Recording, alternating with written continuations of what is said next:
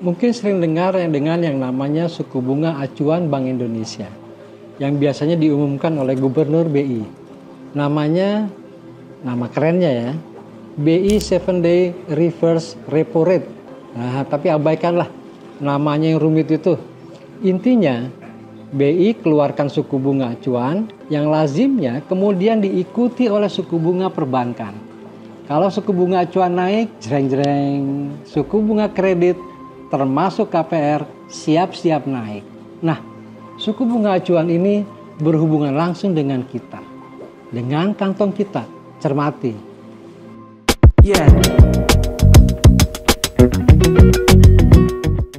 Secara prinsip, suku bunga acuan yang dikeluarkan Bank Indonesia umumnya untuk mengendalikan inflasi atau laju kenaikan harga, menjaga stabilitas kurs rupiah terhadap mata uang lain atau mata uang asing, sampai mendorong daya beli masyarakat.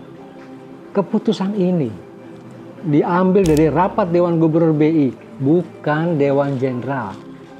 Dewan Gubernur itu dari Gubernur Bank Indonesia, Deputi Gubernur Senior, dan Deputi Gubernur. Mereka yang berkantor di Jalan Tamrin. Rapat setiap Rabu Kamis setiap bulan. Apa urusannya dengan kita? Suku bunga acuan BI ini. Nah, gini, ambil contoh BI menaikkan suku bunga acuan. Itu kan artinya BI lagi nyedot duit atau uang beredar di pasar, di masyarakat. Tujuannya bisa dalam rangka mengendalikan inflasi atau menjaga penurunan nilai mata uang atau memperkuat nilai tukar rupiah. Kira-kira asumsinya, kalau rupiah yang beredar lebih sedikit karena tadi disedot oleh BI dengan suku bunga acuan yang naik, nilainya kan bakal naik.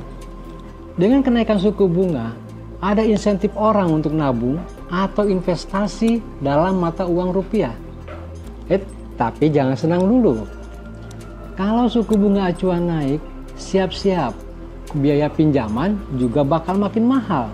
Bunga kredit termasuk KPR, kredit pemilikan rumah, biasanya langsung ikut melambung. Nah, ini beban tambahan buat yang lagi kredit rumah atau baru mau beli rumah atau mau kredit kendaraan. Buat yang lagi punya kewajiban kredit dengan suku bunga mengambang atau floating, kenaikan suku bunga acuan itu pertanda buruk. Kantong disedot makin kencang. Tahun 2022 misalnya, BI kira-kira 5 kali naikin suku bunga. Dari 3,50% pada Maret 2022, kemudian menjadi 5,50% di Desember 2022. Waktu itu, inflasi lagi tinggi, kemudian rupiah itu letoy. Nah, dengan instrumen suku bunga itu, BI seperti matador, mengendalikan ganasnya, laju kenaikan harga, dan tekanan terhadap rupiah. Tapi, sekali lagi, coba cek suku bunga pinjaman. Biasanya ada tambahan bayar kredit yang lagi berjalan gara-gara kenaikan suku bunga acuan Bank Indonesia. Kantong kita bisa jadi ikut kempes. Yang muara keputusannya antara lain diambil dari rapat BI di gedung mewah di Jalan Tamrin, Jakarta itu. Eling lan waspada.